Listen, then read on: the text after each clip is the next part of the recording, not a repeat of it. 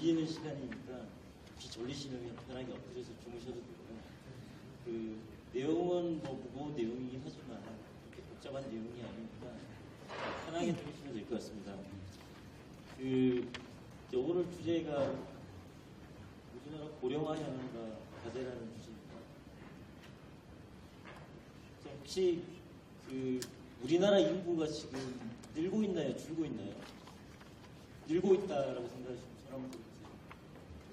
줄고 있다. 예, 우리나라 인구도 늘고 있습니다. 우리나라 지금 인구가 2016년 현재 5,123만 명입니다. 그리고 오늘 뉴스에 나왔는데 청년 실업률이 몇 프로인지 아시는 분 있습니까? 4월달 현재 11.2%라고 합니다. 그 다음에 2월달만 되면 유치원 대란이라고 있지 않습니까? 국공립 유치원이나 좋은 유치원에 가려고 줄을 서고 추첨을 하고 당첨되지 못하는 사람들은 낙담을 하고 이런 일이 되고 있습니다. 근데 최근에 이제 저출산 고령화라고 해서 그게 뭔지는 모르겠는데 하여튼 젊은 사람들이 모자르고 나이 드신 분들이 많아지는 그런 현상이라고 이해를 하고 있는데 지금 우리가 나타나는 현상들은 그거랑 그렇게 관련이 없는 것 같기도 하거든요.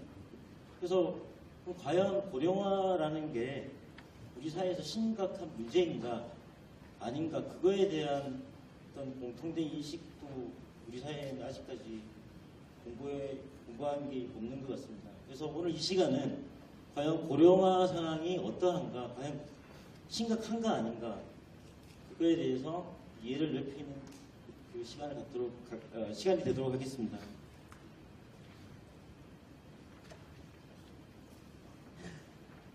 오늘은 이제 먼저 이제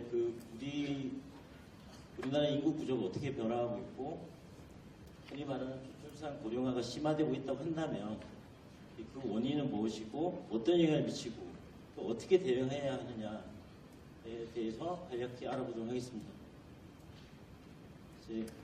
먼저 이제 다룰 게 인구 구조의 급격한 변화인데요. 일단은 고령화가 무엇인가를 한번 생각해 봐야 될 것 같습니다.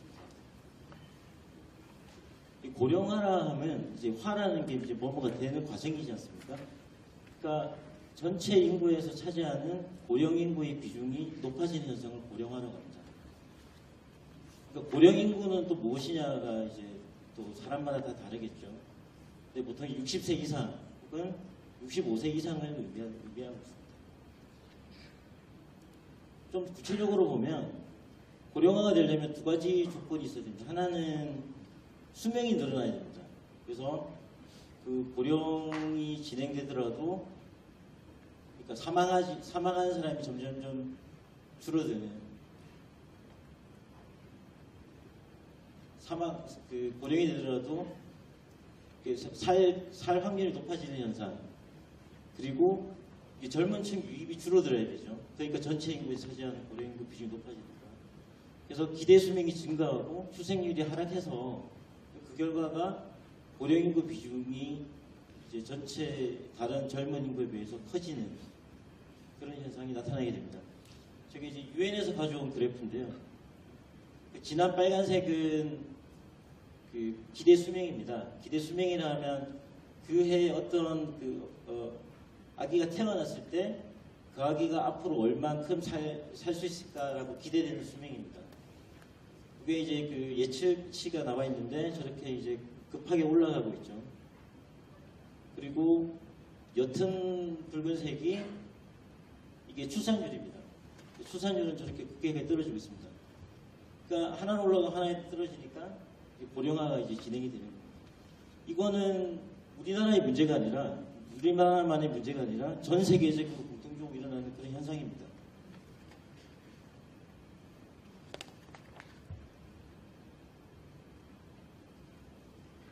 여기 보시면 50년, 2000년, 2050년이 되는데요.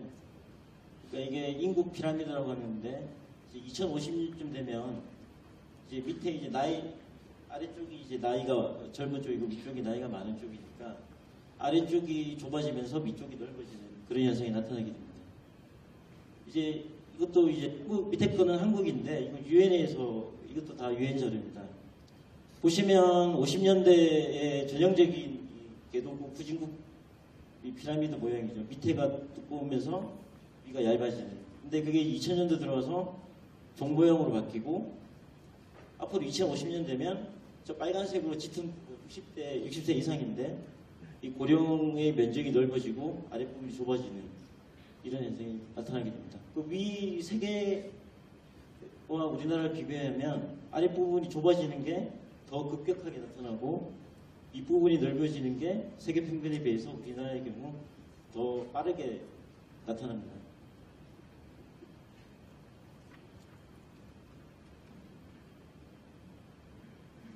자, 이제 그럼 이제 구체적으로 우리나라의 경우에 인구 구조 변화가 어떻게 일어나고 있는지 그 양상을 한번 살펴보도록 하겠습니다. 그 제일 특징적인 현상으로는 출산율이 하락하고 있다는 겁니다. 이 출산율을 측정을 할 때 보통 합계 출산율이라고 쓰는데요. 이게 뭐냐면 여성 한 명이 평생 낳을 것으로 예상되는 출생아 수입니다. 그래서 이게 2.1이 되면 저게 그림에서 위의 선인데 2.1이 되면 인구 대체, 그러니까 인구가 유지되는 수준이고요. 그거보다 떨어지게 되면 저출산국이라고 하고 1.3보다 더 떨어지게 되면 초저출산국이라고 합니다. 보시면 우리나라의 경우에 이미 1984년도에 1.74로 저출산국으로 들어갔습니다. 그리고 출산율이 좀 더 하락해서 2001년도에 초저출산 사회로 진입했습니다. 이 보시면 70년대 가면 4를 넘어서지 않습니까? 70년대, 80년대까지만 해도 2를 상당한 격차로 넘어서고 있는데 이때만 해도 이제 부호가 아들, 딸 구별 말고 둘만 낳아 잘 기르자. 그러니까 둘만 제발 낳고 그 이상은 낳지 말자는 구호였는데 지금은 1 초반 수준으로 떨어졌습니다. 이 둘을 낳는 게 아주 많이 낳는 걸로 된 사회가 이 짧은 시간에 이루어졌습니다.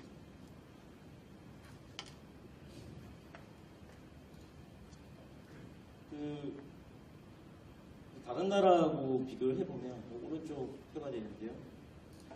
그러니까 OECD 35개국 중에 OECD 평균이 지금 2015년 중에 1.68입니다. 근데 우리나라는 1.23이고요. 이게 OECD 35개국 중에 몇이나 될까요? 예, 가장 낮습니다. 전 세계적으로 봐도 우리나라보다 낮은 나라가 몇 개 없는 걸로 알고 있습니다. 저기 보시면 그 출산율이 높은 나라는 프랑스, 아일랜드, 뉴질랜드 이런 나라고요. 낮은 나라는 스페인, 그리스, 포르투갈 이런 정도입니다. 일본이 원래는 초저출산 1.26까지 하락했다가 최근에 이제 다시 회복되면서 저기 보시다시피 1.42까지 회복이 됐습니다. 중국 같은 경우에는 아직까지 이제 저출산 이미 저출산 수준이긴 하지만 초저출산으로 들어가긴 아직 여유가 있는 상태고요. 1.67입니다. 미국이 1.86이나 됩니다. 의외로 선진국이 우리나라보다 급격히 높은 출산율을 기록하고 있습니다.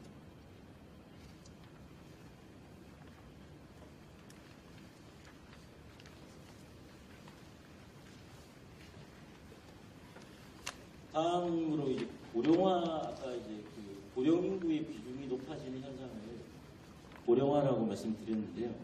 우리나라의 경우에 이제 고령화가 어느 정도 진행이 되고 있고 앞으로 어떤 속도로 진행될 것인가를 한번 살펴보겠습니다. 이제 고령화 정도를 이제 단계로 구분을 하는데 보통 유엔의 구분에 따르고 있습니다. 유엔의 정의에 따르면 그 전체 인구 중에 고령 인구 비중이 7% 이상이 넘어가면 고령화 사회라고 그러고요. 그 두 배인 14%가 넘어가면 고령 사회, 그리고 20%가 넘어가면 초고령 사회라고 합니다. 우리나라 같은 경우에는 2000년도에 고령화 사회로 진입을 했고요.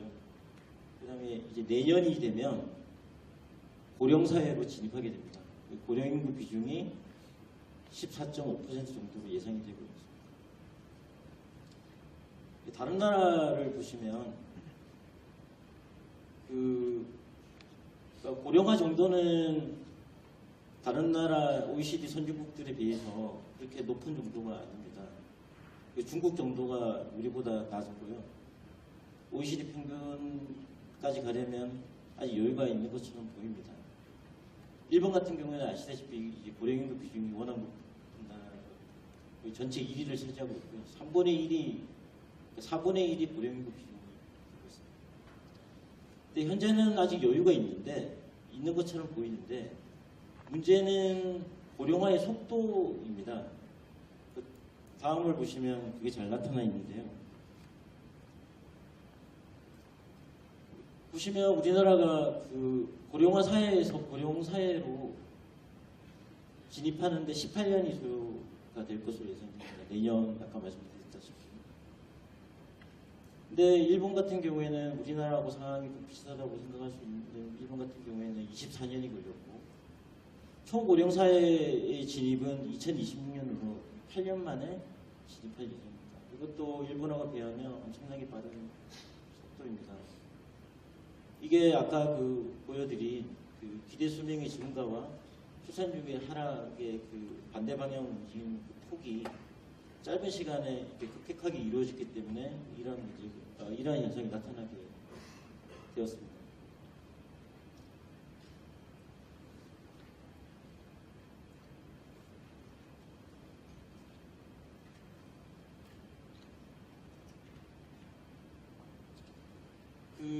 고령화가 진전이 됐을 때 눈으로는 잘 안 보이지 않습니까?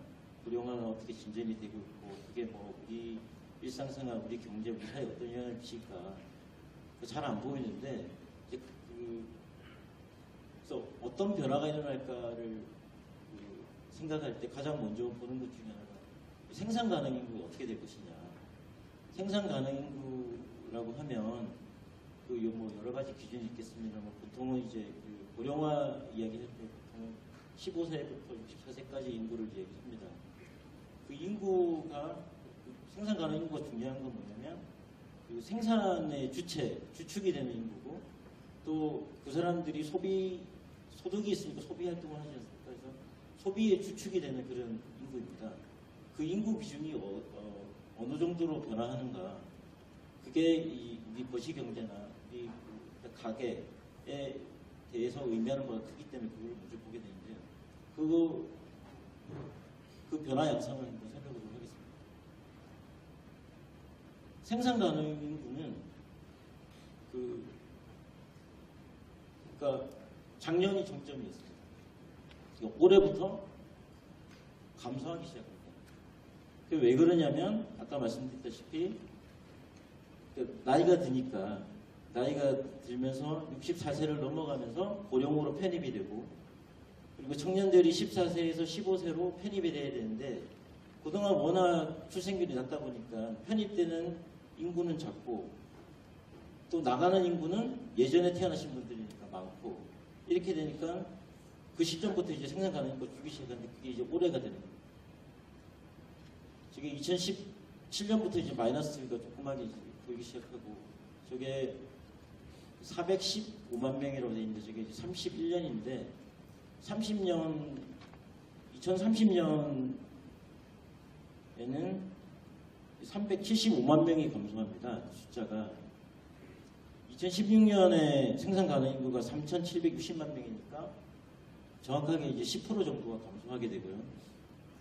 더 놀라운 사실은 2060년 되면 1,500만 명이 감소를 합니다. 2016년 대비.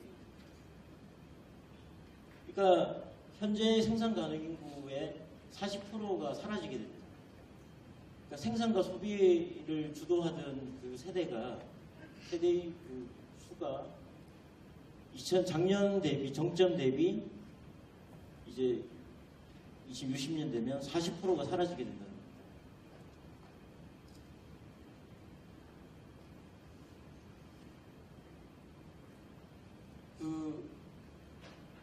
그럼 인구는 어떻게 되느냐?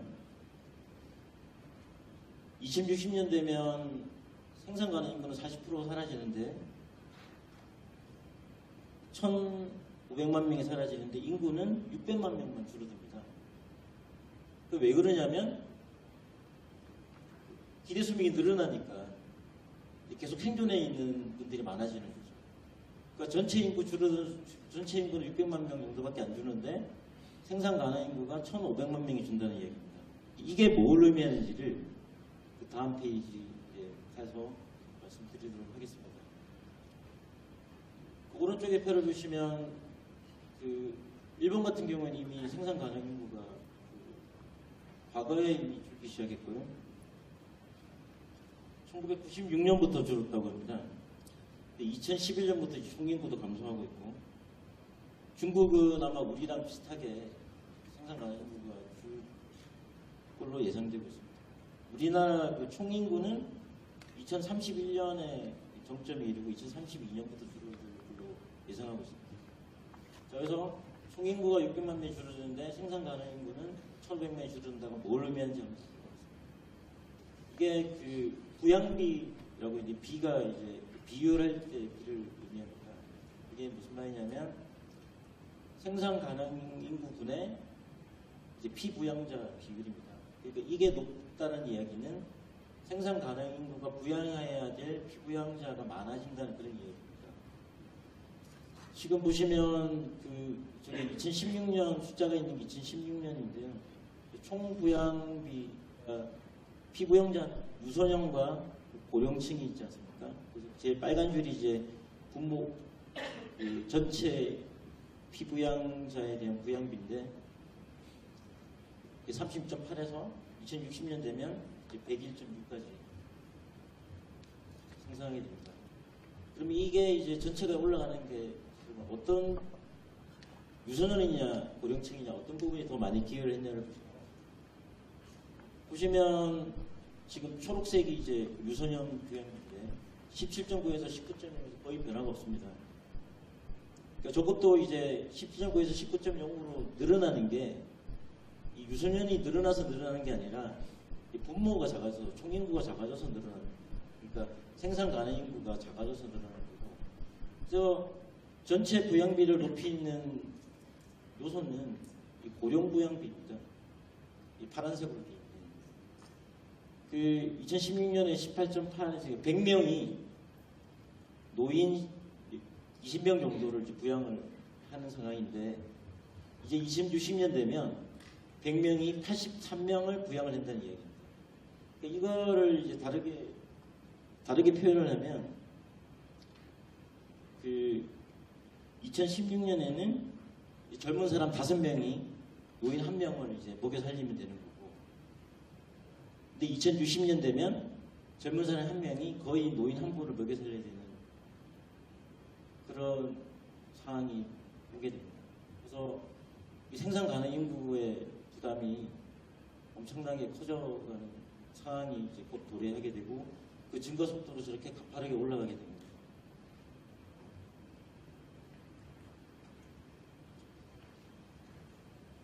그래서 그러면 이렇게 저출산 고령화가 이렇게 진행이 되고 있고 또 다른 나라에 비해서 빠르게 진행되고 있는데 그 원인은 무엇인가? 이거를 한번 살펴보도록 하겠습니다.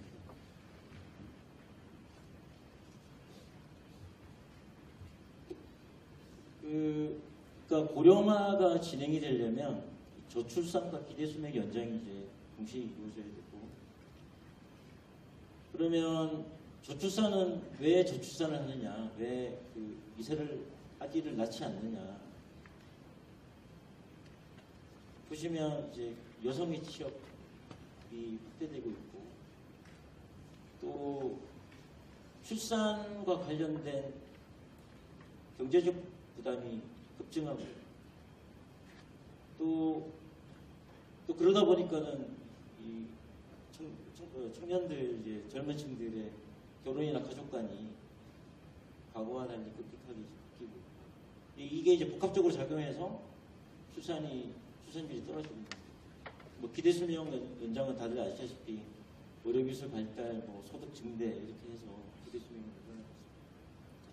그래서 이 원인이 중요한 게 뭐냐면 그러면 고령화가 결국에는 무슨 뭐 나중에 보시겠지만 경제 사회적으로 좋지 않은 영향을 미치고 있다고 한다면 뭔가 이걸 속도를 늦추거나 멈추게 하는 대책이 필요한데 그러면 무엇을 할 것이냐라는 이제 그 측면이 이제 보아야 되지 않습니까? 그러려면 이제 원인을 살펴봐야 되는데 그러니까 기대 수명 연장을 막을 수는 없지 않습니까?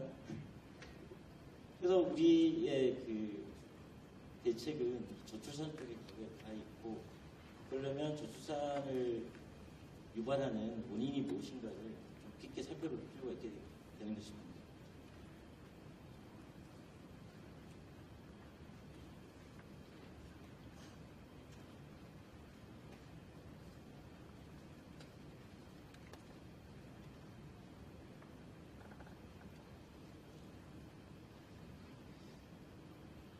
이제 먼저 그 여성의 취업이 확대되면서 출산율이 떨어지고 있다. 그러니까 뭐 이게 직접적인 원인이라고 할 수도 있고 하기는 어려울 수도 있겠습니다. 그렇지만 이 두 현상이 동시에 발생하는 것은 사실입니다.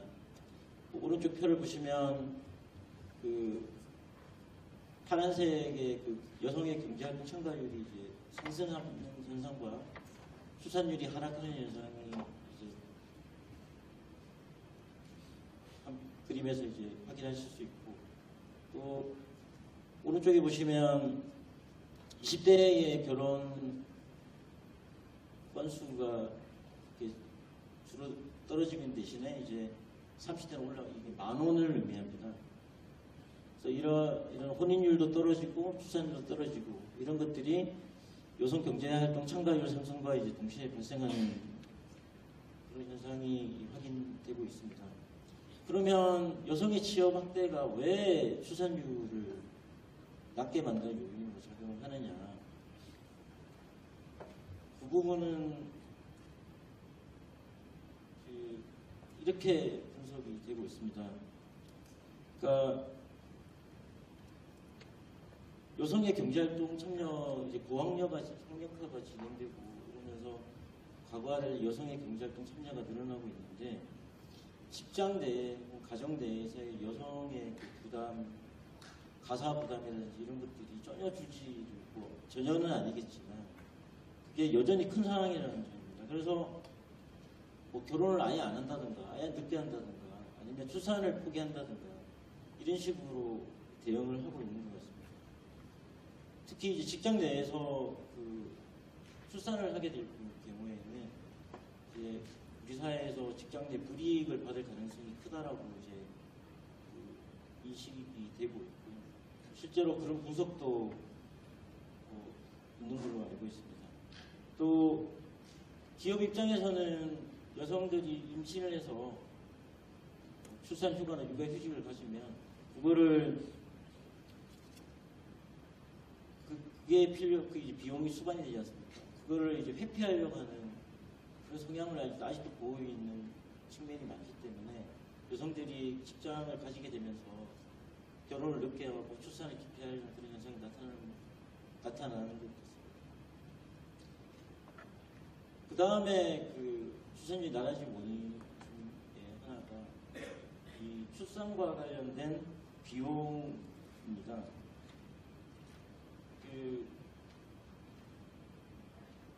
이제 결혼을 하려고 그러면 제일 부담이 되는 게 보조비, 살집을 구하는 거 아니겠습니까?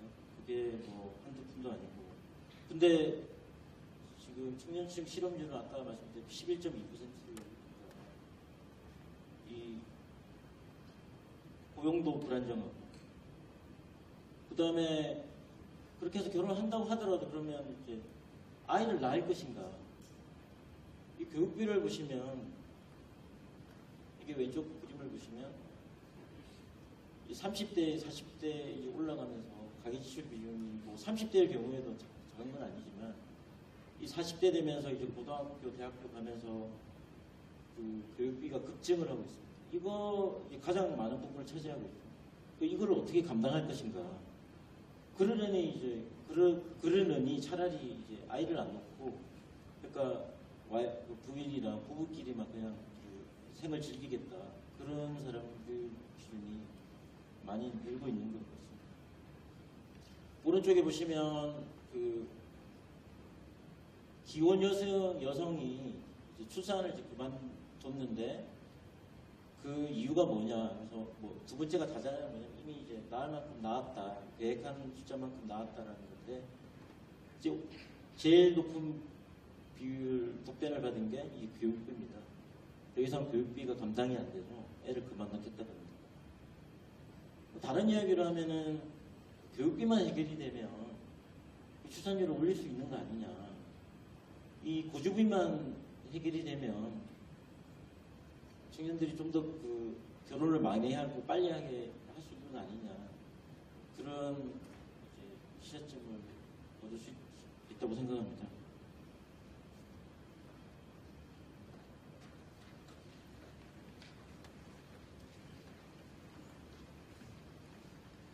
이제 그 다음 중요한 게 아까 말씀드렸다시피 고용은 불안하고 고주비는 천정부지를 끼고, 그 다음에 그러면 뭐 맞벌이를 해야 될 텐데, 맞벌이를 하는데 여성은 거기서 애를 낳거나 이러려면 경제적 부담, 뭐 가사 부담 이런 것들이 줄지를 않고, 그러려니 그냥 결혼 안 하고 부부끼리만 살자. 흔히 말하는 이 딩크족이라고 생각합니다. 그 딩크 중에 더블 인컴, 노 키즈. 맞벌이 하면서 수입은 2배인데 이제 애는 안 가지고 우리끼리 이제 즐거운 생활 살자 이런 건데, 그러니까 결혼관이나 가족관이 이제 변한 거죠. 그러니까 결혼 안 해도 되고 뭐 결혼식 없이 그냥 같이 동거해도 되고, 그게 큰 죄악은 아니고, 애를 낳는 게 뭐 다가 아니다. 애 없이도 우리끼리 즐겁게 살 수 있다. 이런 결혼관, 가족관이 변화하고 있는데, 옛날 같은 가치관을 들이대면서 당연히 애를 낳아야 돼서 결혼도 해야 된다. 결혼도 해야 되고 애도 낳아야 된다. 라고 기대하는 거는, 이거는 맞지 않는다는 거죠. 그러면 그런 사람들이 결혼을 하고 혹은 뭐 결혼을 하지 않더라도 애를 낳게 하려면 옛날의 가치관을 들여야 될 게 아니라 뭔가 결혼하는 게 이롭게 될 만한 뭔가를 제시를 해야 된다는 겁니다. 최소한 애를 낳는 게 사회나 경제, 우리 사회 경제에 기여하는데 그게 손해는 안 되게 만들어야 돼요. 그런 얘기예요. 근데 아직도 우리는 이제 변하지가 않는 거죠. 왼쪽 표에 보시면 이 동거 가족 비중입니다. 이게 뭐 미국 보시면 되게 낮은데, 그러니까 요게 이제 여러 가지 기준이 좀 다양하게 지표가 있는데, 이건 아마도 사실혼 가족 정도로 이제 엄격하게 분류한 것 같습니다. 보시면 이제 유럽, OECD 저쪽은 저렇게 많은데, 우리나라나 일본 같이 이제 가치관이 비슷한 나라들 경우에는 동거 가족이 거의 없습니다. 이게 없는 게 동거 가족 형태를 싫어하는 게 아니라 이 사회가 그걸 용납을 못하니까 이제 그걸 회피하게 되는 거죠. 또 한부모 가정, 그래서 동거나 혹은 뭐 이혼을 한부모 가정이 비율이 높아지고 있지 않습니까? 그거에 대한 사회적 또 법적 제도적으로 불이익이 뭐 어느 정도 있는 거는 다들 알고 계실 겁니다. 그러니까 이제 애를 안 가지는 거죠. 오른쪽 표를 보시면 밑에가 이제 혼외 출산 비중입니다. 결혼을 하지 않는 가족 비중이고, 가족들이 애를 낳는 비중이고, 왼쪽이 이제 합계 출산율인데요. 그러니까 이게 혼외 출산 비중이 높을수록 이제 합계 출산율도 올라가는, 어떻게 보면 거의 당연한 그런 결과인데, 우리나라를 보시면 혼외 출산 비중도 최저고 학기 출산율도 세집니다. 우리가 출산율이 낮다라고 해서 걱정을 하고 세계 최저 수준이다라고 걱정을 하는데 우리 시각은 아직 이 바뀐 결혼관 가족간에 적절하게 대응하지 못하는 그런 상황이 아닌가. 뭐 혼외 출산을 장려하라가 아니라 혼외 출산을 통해서 낳은 그 자식 그 가정 이루어진 가정이더라도 사회에서 차별받지 않고 사회적 그 시각이 뭐 비난 이런 것들을 받지 않는 그런 식으로 좀 변화해야 되지 않느냐라는 생각을 뭐 하게 됐습니다. 물론 뭐 여기에 대해서 반대하시는 분도 계시겠지만 아무튼 출산율과 관련해서는 이러한 상황이 벌어지고 있습니다.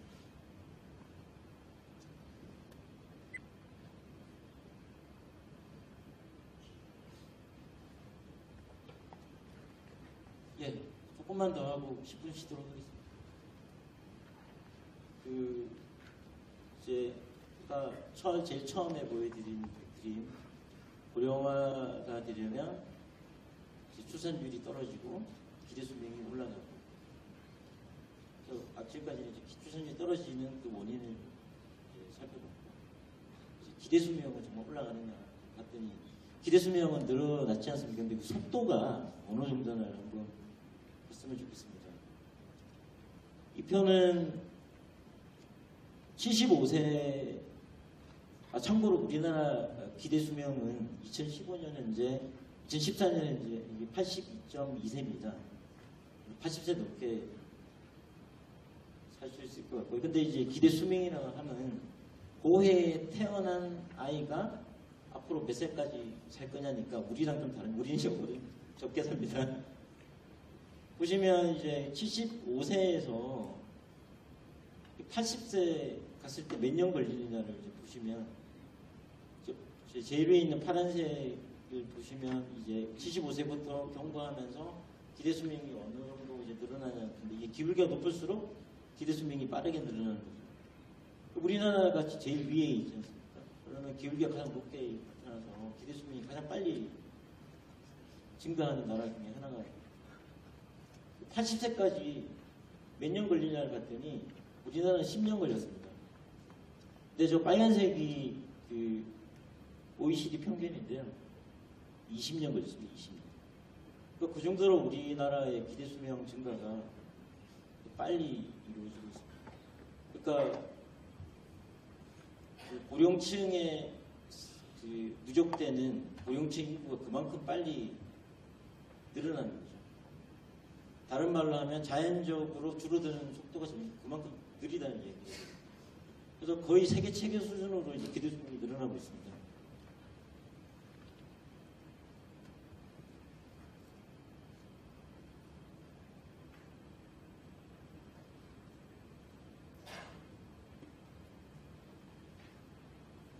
그러니까 기대 수명이 늘어나니까는 어떤 일이 벌어지냐고 하냐면 아까도 말씀드렸다시피 기대 수명이 세계 최고 수준의 속도로 증가를 하게 되지 않습니까?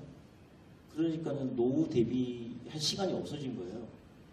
그러니까 노후 대비란 말은 고령층에 접어들기 전에 젊었을 때 돈을 이제 저축을 해서 그거를 은퇴하고 난 이후에 써야 되는데 지금 그렇게 뭐 대비도 할 새도 없이 늘어나 버리니까 이제 방법이 없는 거죠. 어떻게 하냐면 노동시간이 나가는 겁니다. 그래서 우리나라 고령층 60세 이상 기준인데요. 고령층 고용률은 이것도 뭐 거의 세계 최고 수준이라고 할 수 있습니다. 40% 2015년 기준으로 40%입니다. 오른쪽 표에 나와 있고요. 이게 이제 5년 만에 3%포인트가 이제 늘어난 거죠.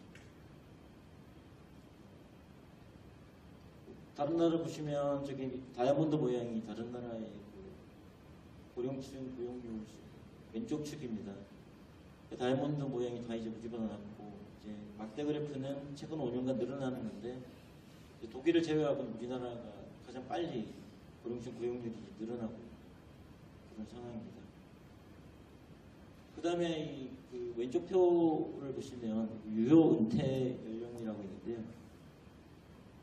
이제 우리나라 같은 경우에는 72.9세가 유효 은퇴 연령입니다. 이게 이제 그 평균적으로 73세까지 일한다라는 의미가 아니라 그 어떤 시점에 있어서의 그 일하는 사람들이 5년 후에 얼마나 각 연령대에서 얼마나 그 은퇴를 했느냐를 살펴보고 그걸 가중평균하는 거라서 그 개념이랑 조금 다릅니다. 하여튼 그 수준 정도로 수준을 이제 다른 나라 비교해서 보시면 될 것 같은데 그 OECD 평균에 비해서 이제 거의 8살 이상 더 오래 일하는 그런 모습이고 최근 5년간 그 은퇴 연령이 늘어나는 것도 다른 나라에 비해서 월등히 높아지는 거죠.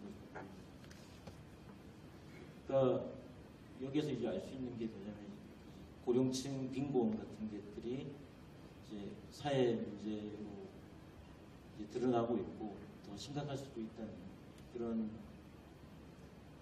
얘기가 될 수 있을 것입니다.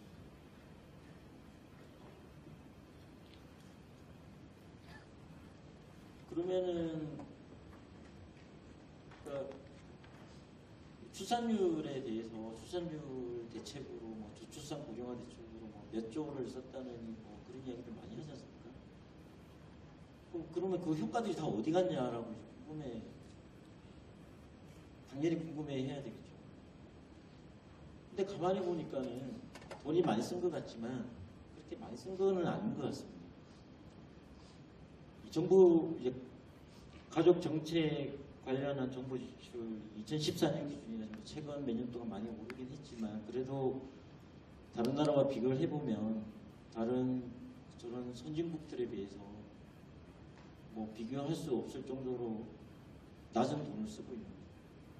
아까 말씀드렸다시피 결혼을 왜 안 하고 왜 출산을 안 하느냐, 결혼 출산과 관련된 경제적 비유 부담, 경제적 사회적 부담이 너무나 많기 때문이다. 그거를 사회적으로 좀 보전을 해줘야 될 텐데 그거는 이제 그거에 대한 정부 지출이 되겠죠. 그게 어느 정도로 이루어졌냐를 이 표로 보면 알 수 있을 것 같습니다. 그러니까 낮다라는 겁니다. 아직까지 많은 것 같지만 뭐 요새 뭐 얘기가 되는 아동 수당 같은 것도 우리는 아직 안 하고 있으니까 그거를 뭐 조금만 주더라도 이제 인구가 수로 곱하면 적은 돈이 아니니까 뭐 좀 힘든 면이 있겠지만 하여튼 그래도 출산율이 개선되고 있거나 뭐 우리보다 높은 나라 선진국의 경우에는 저 정도로 돈을 많이 쓰고 있다 이렇게 보입니다. 뭐 특히 이제 아까 그 출산의 가장 큰 제약 요인 중에 하나가 그 교육비 지출이라고 말씀드렸는데 저게 이제 민간에 그러니까 교육비가 이제 다른 이제 유럽 같은 경우에는 정부에서 돈을 대고 하니까 거의 공짜로 다니기도 하고 그렇지 않습니까? 그래서 그 이제 민간 비중이 어떤가를 이제 OECD 통계가 있는데 우리보다 이제 높은 나라는 칠레 정도고 우리나라는 거의 뭐 OECD 최고 수준에 이르고 있습니다.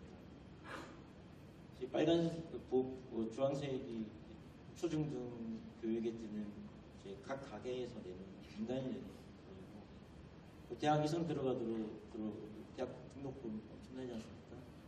그거를 뭐 개인이 다 내야 되니까 엄청난 부담을 다가옵니다. 그러니까 이것도 사실은 그럼 그러면 저 돈을 공짜로 받을 수는 없는데, 그러니까 누군가 교육과 관련된 비용을 지불을 해야 되는데 개인이 지불하기에는 너무 많다. 다른 나라에 비해서도 많다. 그럼 누가 지불을 해야 되느냐?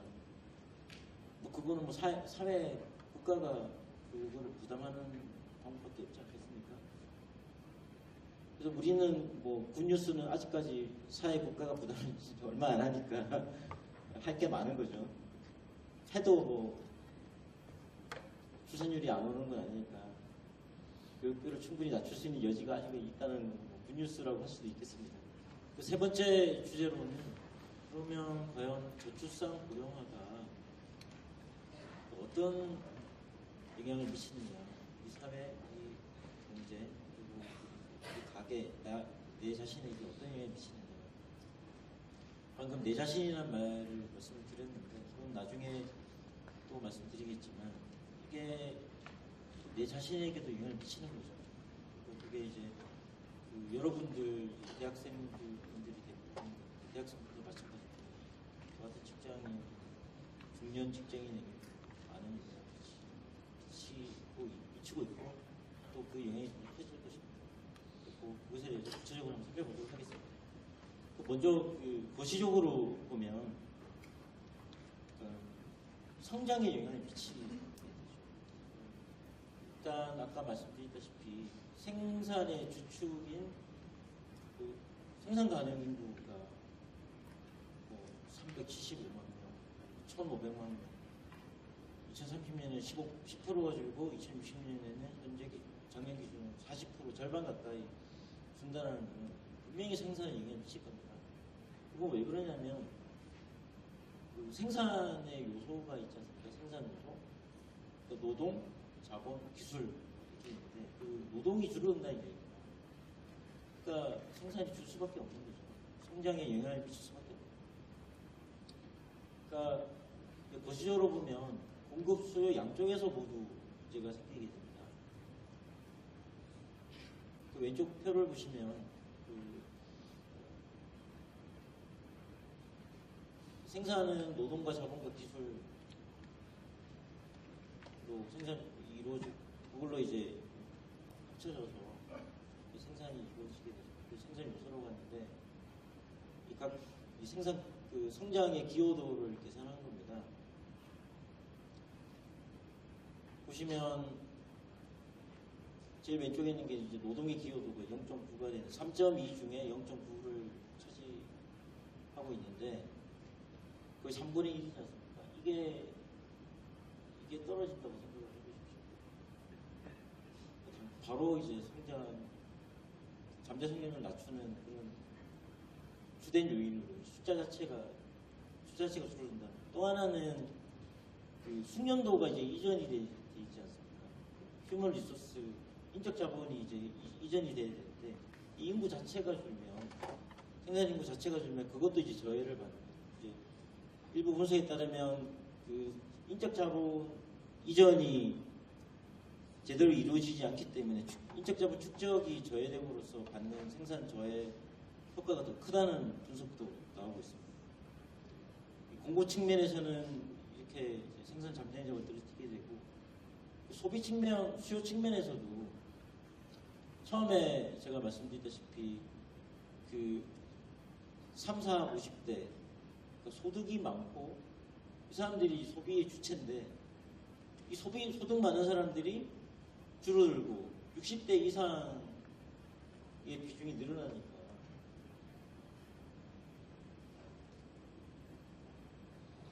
소비도 둔화될 가능성이 커지는 거죠. 자산 가격에도 문제가 생길 가능성이 있습니다. 인구 자체가 줄고 그 다음에 구매력이 있는 그 경제 주체 숫자가 비중이 줄어들고 자산 가격이라는 건 뭐 여러 가지가 있겠죠. 그 생산과 공급 양쪽에서 모두 우리 경제의 위협 요인으로 작용할 가능성이 큽니다. 그 다음에 그 고령층 비중이 늘어난다는 것은 고령층 관련 복지, 연금 이런 예산이 쓰일 때가 많아진다는 겁니다.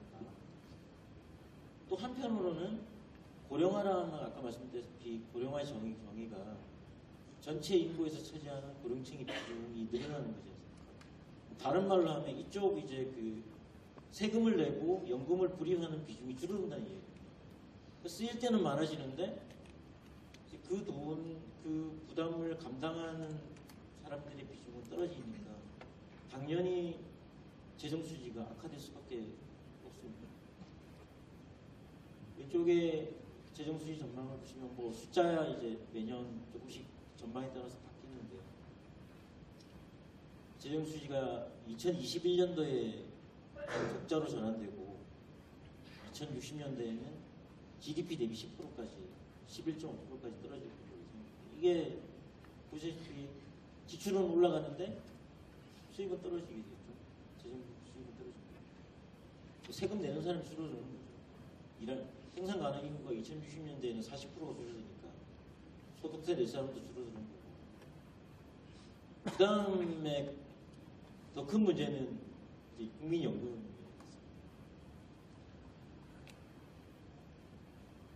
2043년에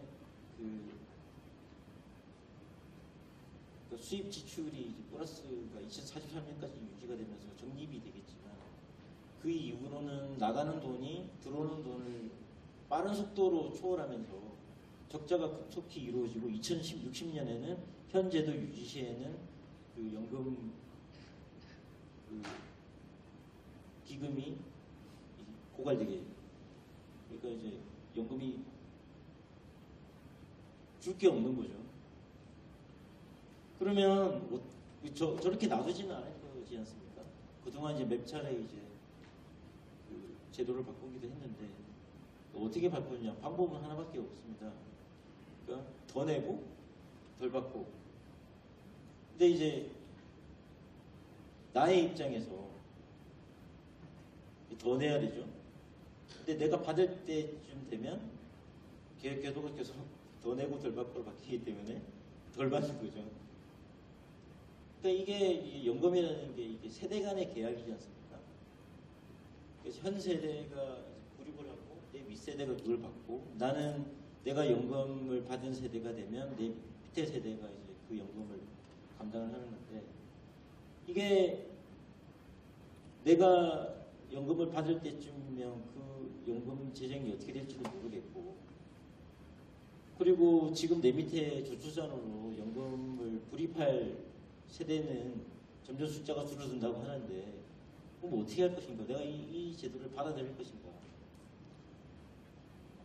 그러니까 세대 간의 어떤 그 갈등 요소로, 사회 문제로 발전될 가능성도 없지는 않은 것 같습니다. 연금 이야기 나올 때마다 이제 내야 되는 세대, 받을 세대, 이제 곧 받을 세대, 한참 후에 받을 세대, 이런 것들이 입장이 다르니까 어떻게 해서 해결을 할 것인가, 또 중요한 사회적 이슈라고 생각합니다.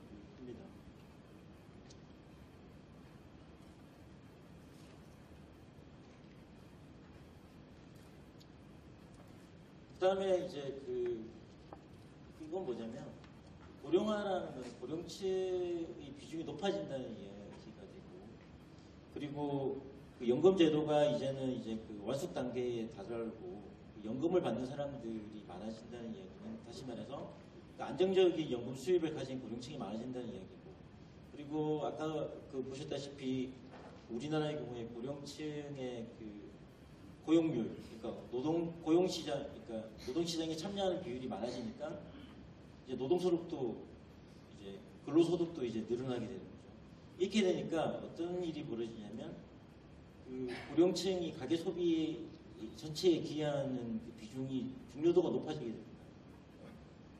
이 보시면 고령층 소비 비중이 2015년 기준으로 20%가 안 되지만 18.8%지만 한 5년 사이에 사업 것까지 급등하게 됩니다. 이거는 이제 고령층 가구 기준인데, 고령층 가구로 편입되는 숫자가 늘어나는 게 가장 크고, 그 다음에 고령층의 연금 수혜 비중이 늘어나고,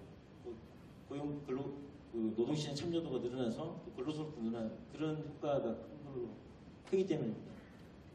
좀 더 극적으로는 소비 증가 기여율은 뭐냐면, 그러니까 전체 소비 증가 부분이 있는데, 그 증가 부분 중에 어느 부분을, 얼만큼을 고령층이 기여하느냐, 그거를 보는 건데, 보시면은 이제 향후 5년간은 절반 이상을 고령층이 전체 소비 증가를 주도하는 그런 주도 세력으로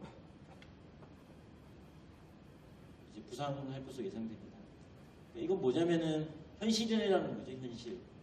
그러니까 고령층의 고령화는 일종의 현상이고, 그 현상에 따른 또 그 내용을 보면 고령층의 중요도가 높아지고 있다. 소비 주도 세력으로 부상할 가능성이 있다. 그러면 이들이 더 잘 쓰고 더 많이 일을 할 수 있다면 더 많이 일해서 우리 경제에 주도하는 세력으로 갈 수 있지 않느냐. 그러니까 뭐 무조건 이런 고령화가 되고 이렇게 해서 나쁘다고 내볼 게 아니라 이것도 이용할 수도 있지 않느냐. 희망적인 면도 있지 않느냐. 뭐 그러려면 뭐 실버 산업도 뭐 발전이 있어야 되겠고 지원도 있어야 되겠고 뭐 여러 가지 조치가 필요하겠지만 이런 측면도 있다라는 말씀드리고 싶습니다.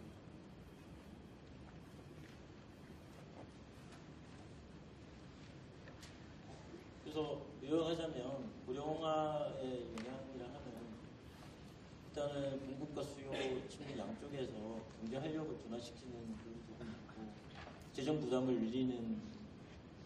늘릴 것으로 예상이 되고 또 고령층 비중이 늘어나면서 경제의 주도 세력으로 부상할 가능성도 있다 이렇게 말씀드리겠습니다.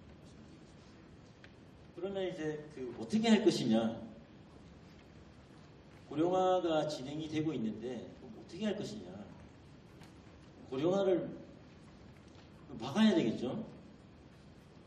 그러니까 고령화를 막아야 된다는 이야기는 아까 두 가지가 있지 않습니까? 기대 수명이 올라가고 출산율이 떨어지는데 이거 올라가는 거를 막을 수는 없지 않습니까? 떨어지는 걸 막자. 출산율을 높이는 정책, 그게 이제 제일 중요한 정책이겠죠.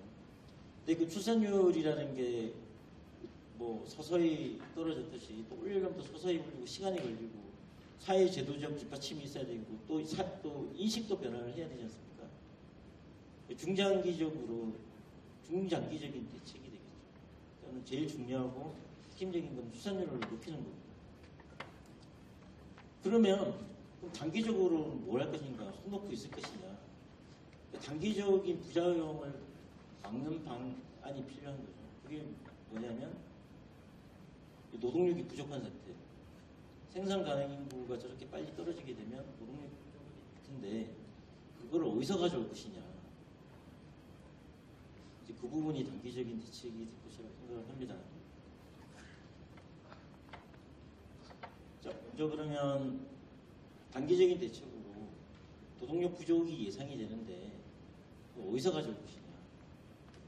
두 가지 방법이 있죠. 하나는 지금 가용 인력 중에 안 쓰고 있는 인력을 활용하는 방안이죠.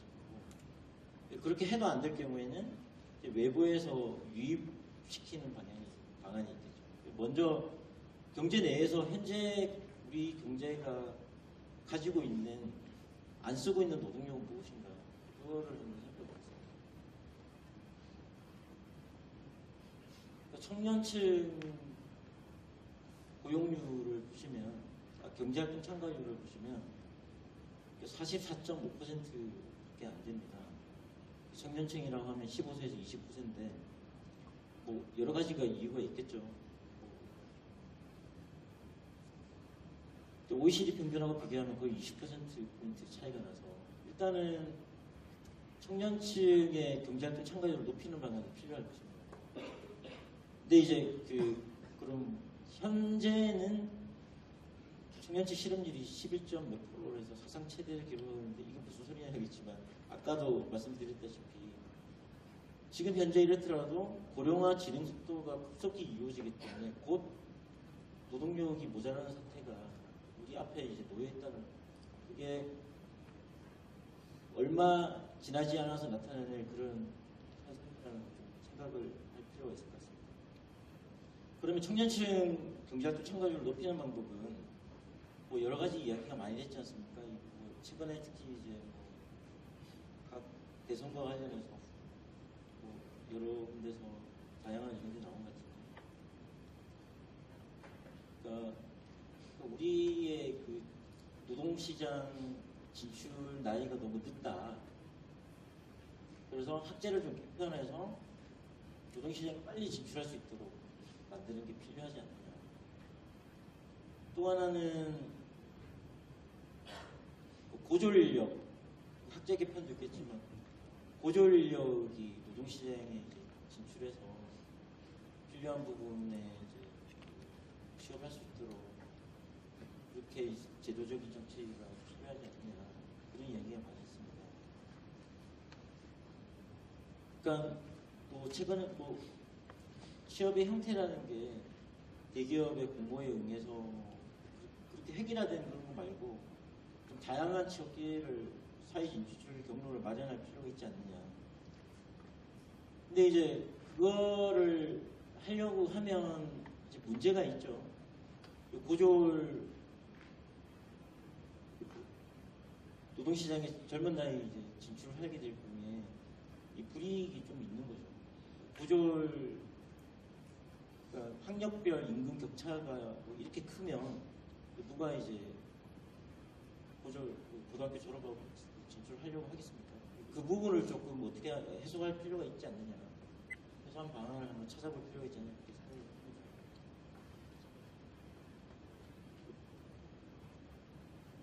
그 다음에 여러분도 잘 아시다시피 우리나라의 여성의 경제활동 참가율은 거의 세계 최저 수준이지 않습니까?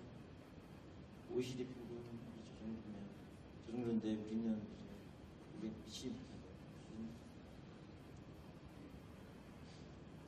그래서 오른쪽에 이제 보시면 여성 비경제활동 인구들이 무엇을 하느냐를 보면 가사와 육아입니다. 그러면 저 가사와 육아 부담을 줄여주게 되면 그러니까 여성의 그 경제활동 참가 가능성을 높일 수 있지 않느냐라는 힌트를 좀 얻으시죠.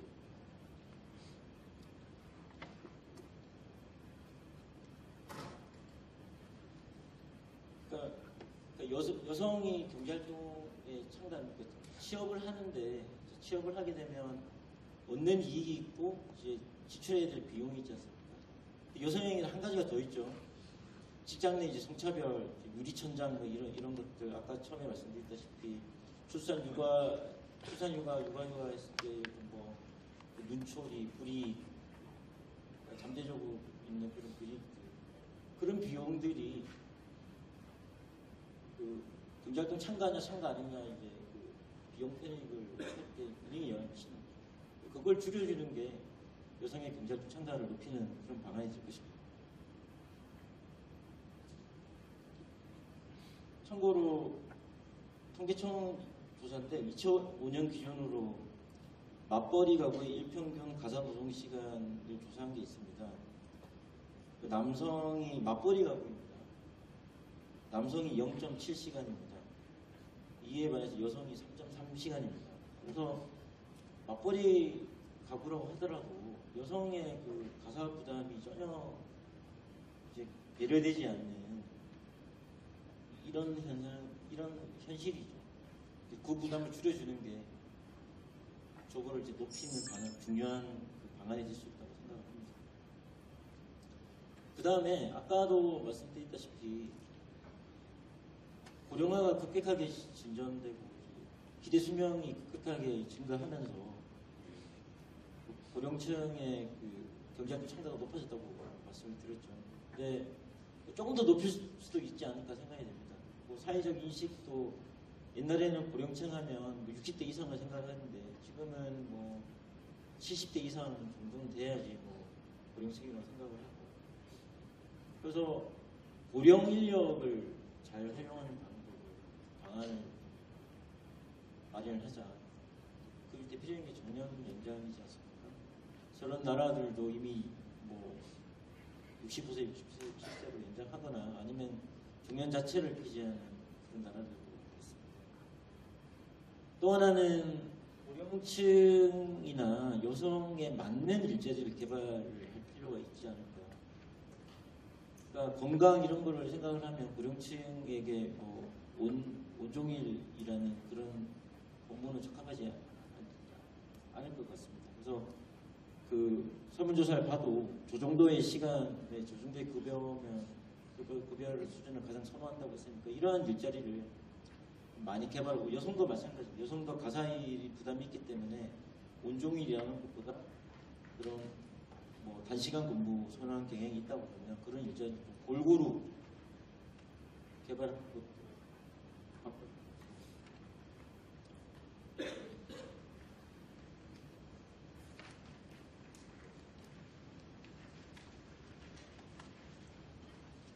그다음에 이제 아까 말씀드렸다시피 이거는 이제 경제 내에 가용한 인력을 활용을 하자 하는 건데 그래도 안 되면 뭐 무슨 방법이 있겠습니까? 그 인젝션이죠. 외부인 근로자를 받아들인 수밖에 없어요. 이미 그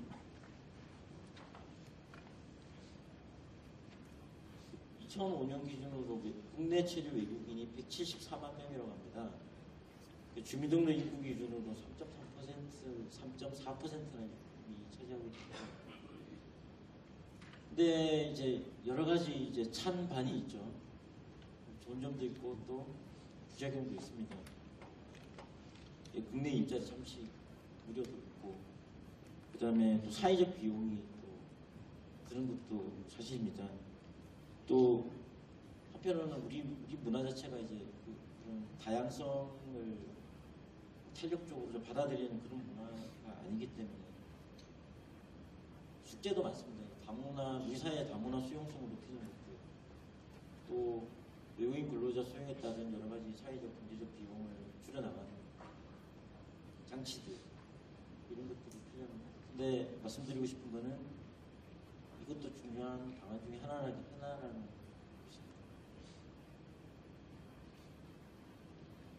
그 다음에 이제 중장기적으로 이제 무엇을 할 것이냐.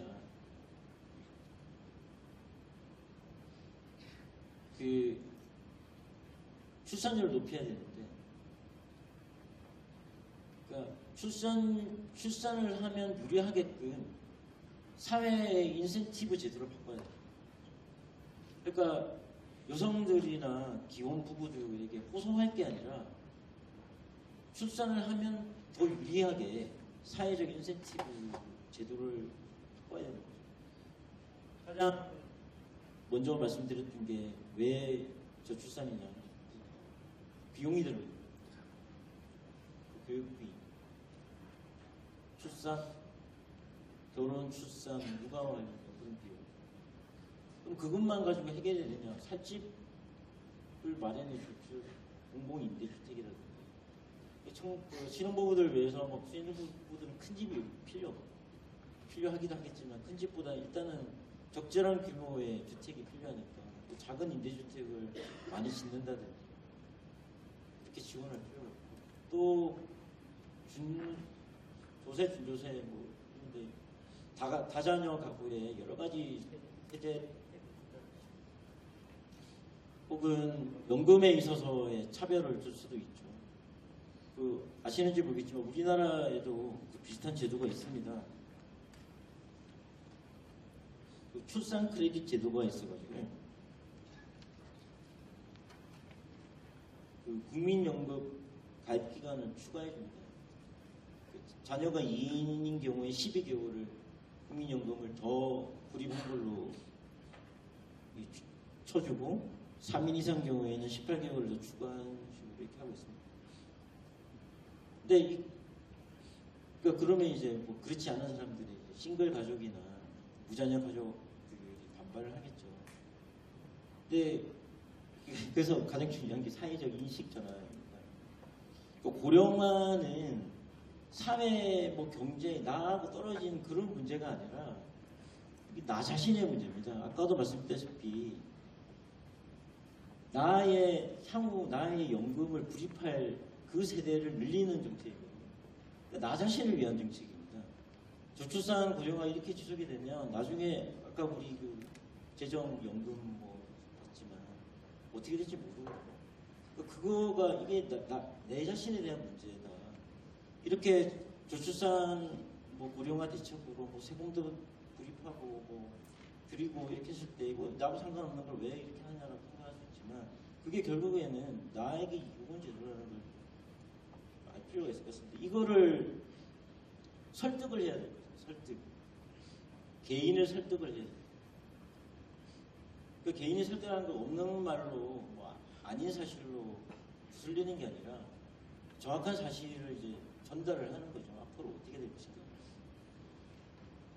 그리고 결혼 간, 가족 간 이 사회 변화를 좀 더 좀 유연하게 받아들일 필요가 있지 않느냐.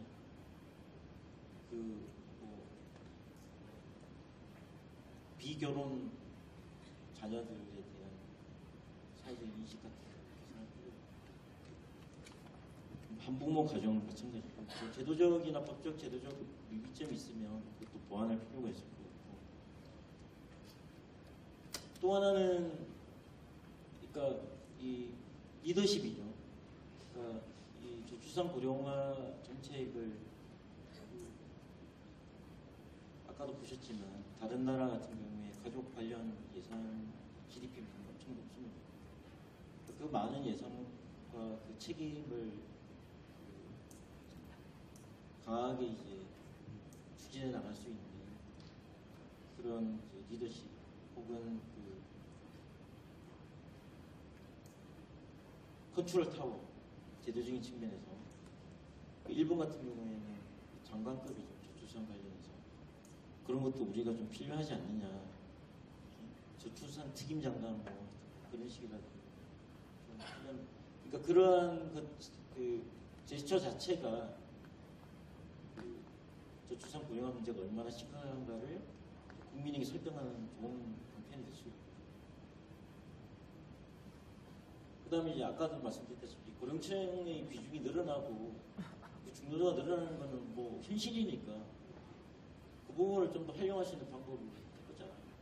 고령층이 고령 그 빈곤층이 빠지지 않도록 연금제도를 좀 보완을 하고, 그 다음에 우리나라 같은 경우에는 고령층이 그 주택을 소유를 많이 하고 있지 않습니까?